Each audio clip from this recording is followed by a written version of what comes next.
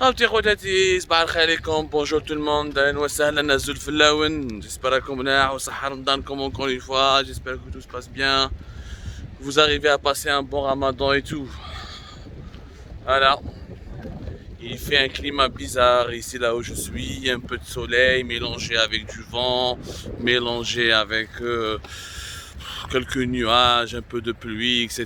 Mais bon, ça ne nous empêche pas de passer un bon ramadan quand même et de continuer à travailler, d'être à votre service pour vous offrir l'information la plus indépendante, la plus fiable et la plus vérifiée possible.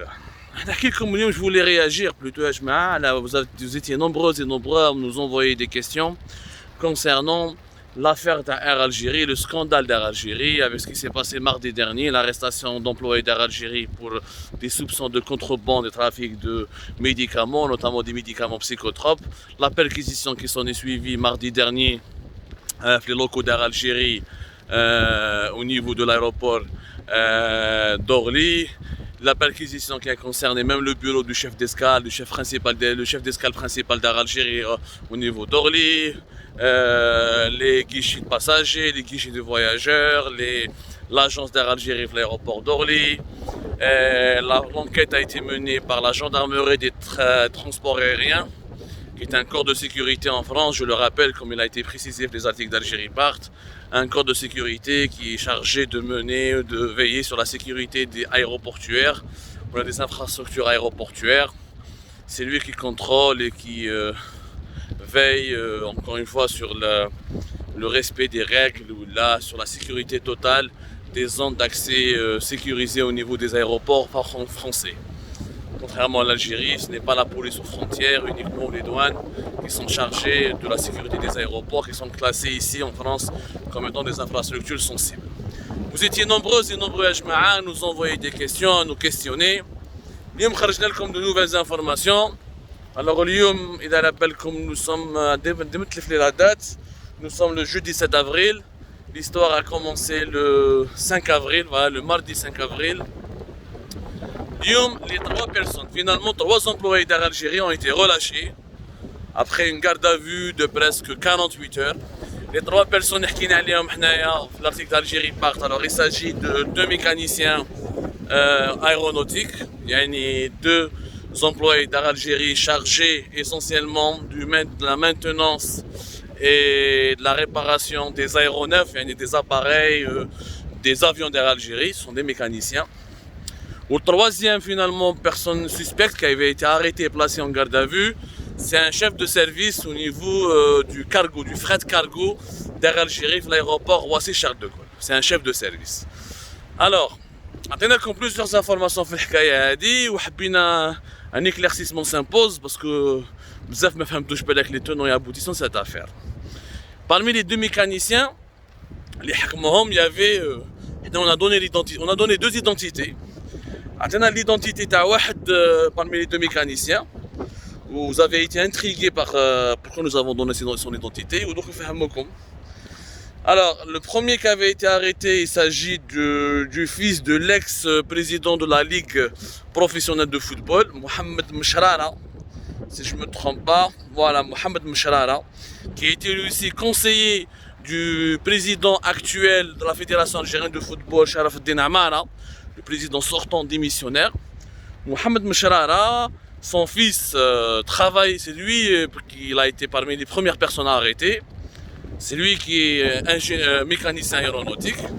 On a donné son identité parce que la Galb, elle appelle comme les Air Algérie, que vas-tu t'emchi? Dis-moi qui est ton papa, je dirais quel métier tu peux faire à Air Algérie. Ou là, dis-moi si ton papa est bien placé ou là il est influent et tu peux être recruté à Air Algérie. Elle dit la Galb, le népotisme, le favoritisme fait en sorte que Air Algérie est pratiquement réservé uniquement aux fils des papas et des mamans qui sont très influents auprès du régime algérien ou là auprès des autorités algériennes. حنا ما قلناش اسمه هذا محمد مشرارة ولا وليدو باش نسبوه ولا ما قلنا عليه rien dit de mal, au contraire.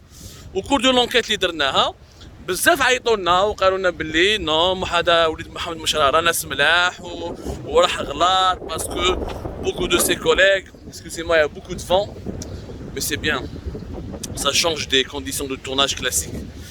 قالوا لنا بلي راح غلط il avait malheureusement il était sollicité régulièrement par ses collègues, par ses amis, par des connaissances personnelles باش يجيب لهم الدواء ou une pénurie de médicaments, surtout les malades chroniques qui souffrent de troubles psychiques, etc.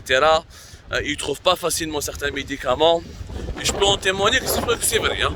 Moi personnellement, بزاف de nos compatriotes يعيطوا لي, même des connaissances familiales, يقول لك بعث لنا دواء, أنا مخصوصين, ما كاش الدواء في البلاد, ما كان والو.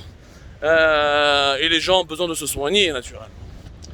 Donc l'histoire a commencé par l'arrestation de Walid Michrara. Walid Mohamed Michrara. Il a été arrêté suite à un contrôle des douanes françaises. Ensuite, il a été remis aux enquêteurs de la GTA, de la gendarmerie des transports aériens. Ils ont eu une enquête parce qu'il transportait dans ses affaires une quantité élevée de médicaments. Maintenant, des médicaments qui étaient soumis à des autorisations médicales très strictes. Parce qu'il s'agit, comme vous de maladies psychiques ou là, de maladies de médicaments contre les troubles psychiques. C'est ce qu'on appelle dans le langage médical, des psychotropes. Je parle de la psychotrope, si vous voulez, j'arrange un peu. Les psychotropes, à la base qu'on peut les constituer, ils font l'objet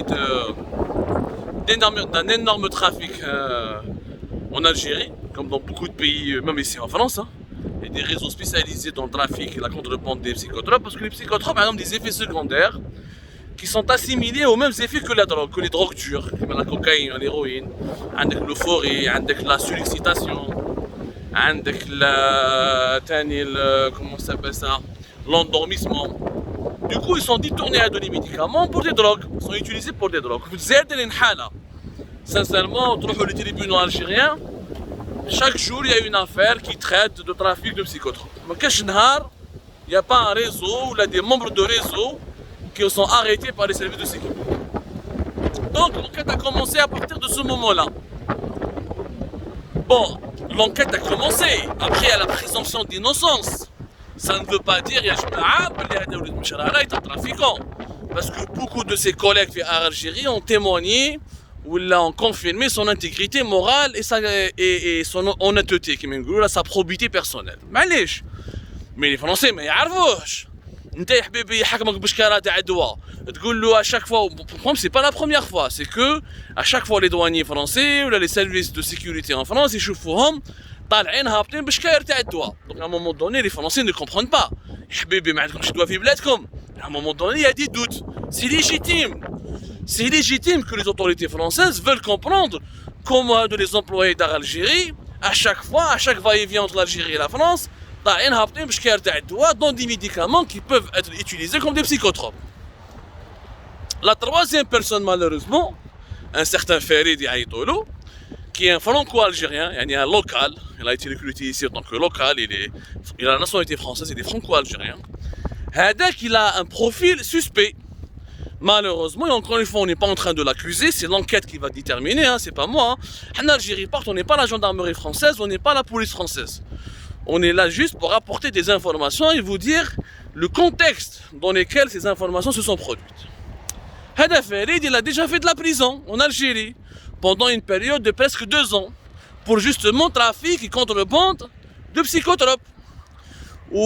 À sa libération en 2019, il a été réintégré au sein d'Algérie. Et l'actuel directeur Zoher Houaoui, qui est le directeur principal le représentant principal et le délégué général d'Algérie en France, il a intervenu pour le promouvoir et pour le nommer chef de service cargo fret au niveau de l'aéroport Charles de Gaulle Roissy. D'ailleurs, cette décision, à l'époque en 2019, elle avait suscité beaucoup de polémiques parce que bzaf qalou billi dit ça se fait pas, c'est un passé sulfureux, mais la peine est-ce qu'il est coupable, mais voilà. C'est toujours difficile de réhabiliter un repris de justice, même s'il a été innocenté, mais l'affaire est restée très troublante. Est-ce qu'il est trafiquant, oui ou pas? En tout cas, il a fait de la prison en Algérie. Bon, les 3 personnes ont été arrêtées, ont été placées en garde à vue, la perquisition d'Aert mardi dernier, ou le jeudi 7 avril, ils ont été relâchés. Donc, la justice française, l'enquête se poursuit, dans la GTA, les services de la GTA, la gendarmerie des transports aériens, et la justice française pourrait convoquer prochainement 2 ou 3 personnes pour comparaître devant un tribunal compétent et ensuite situer leur niveau de responsabilité. Est-ce qu'ils seront inculpés ou là, on saura dans les jours à venir. Haïlik, l'affaire de Algérie, la nouvelle affaire d'Algérie. Finalement, bon, c'est pas. Là, on l'a raconté, c'est pour dire, se poser des questions. Pourquoi les employés d'Algérie sont forcés à devenir des bienfaiteurs? À chaque fois, ils sont obligés ou là, ils sont chargés d'expédier des médicaments, des produits, des téléphones, des malabaliches, de la bouffe, de la nourriture, du chocolat. Cette affaire discrédite énormément l'Algérie. Elle soulève encore une fois des interrogations sur le recrutement de son personnel. Ok, mais il y a certaines pratiques qui devront cesser. Il y a certaines pratiques qui devront disparaître. Un employé d'Algérie ne peut pas être un facteur. Il ne doit pas être un facteur. ما راهوش هنا باش يطلعوا حبة الدواء وما راهوش هنا باش يطلعوا حبة الشوكولا وما راهوش هنا باش يطلعوا حبة التليفون.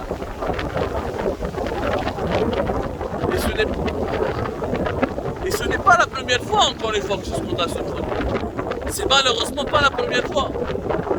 حكينا لكم وصرا في 2021 septembre 2021 l'affaire du steward qui a été arrêté pour trafic de drogue. Comment il s'appelle?